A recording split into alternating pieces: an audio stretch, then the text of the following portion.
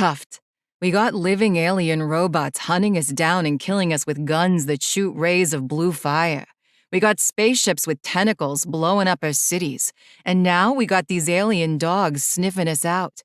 And you think them kidnapping people and turning them into alien dogs is too crazy to be possible? Cobby snorted. Well, how would you explain it, bright boy? Tuft didn't answer, which was an answer in itself. He couldn't explain it, no more than anyone else could. But neither could they completely dismiss it as fantasy. Silence settled around them. Gretchen found herself on the verge of falling asleep when her husband arose. She heard him go out to where Townhausen stood guard. His low voice drifted to her. You good? Yeah, boss. Take another half hour, then go get McNutt. I'll let him know he's next on the docket. There was the soft shuffle of Leaf's booted feet on the cement and the murmur of voices as the two men spoke. When he was done there, he returned to where she was lying and settled in. We're taking 2-hour shifts. I've already told Tuft he's got the 4th watch, and to pass the word.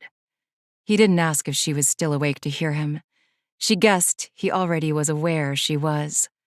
Rolling over, she looked at where he was, also on his side, facing her. A yard of empty air separated them, but not for long. Leaf reached out to her. She stretched out an arm, joining hands with him in the middle.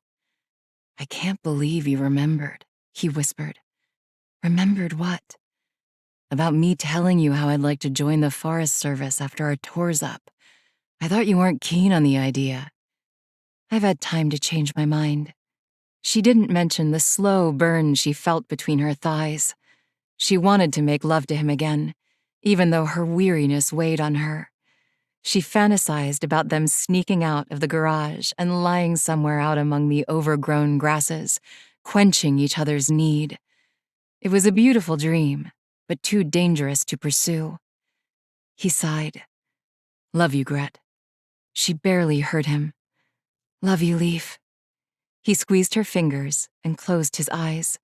She did the same, and had no recollection of drifting off to sleep, until a hand roughly shook her by the shoulder. Instinctively, she grabbed her rifle and sat up. It was still dark, but she had no idea of the time. Glancing behind her, she saw Leaf crouched and at ready, his rifle aimed outside as he peered through the scope. Gretchen snatched up her helmet, snapping it in place as she got her feet underneath her. No one moved. She couldn't hear a thing. Not the wind, not the birds, not even breathing. Taking a cue from her husband, she lifted her M88 and steadied it. A dark figure eased inside the garage as whoever was on guard duty took cover. A beam of blue light suddenly sliced through the side of the house and garage door, sending dust, bits of brick, and wood slivers flying like shrapnel inside. She heard a shriek, a microsecond before she and the others opened fire in the direction where the ray had come from.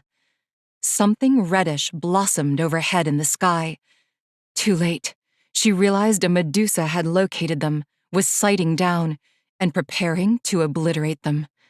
Before anyone could make a run for it through the house and out the back door, the world went incandescent and exploded in flames.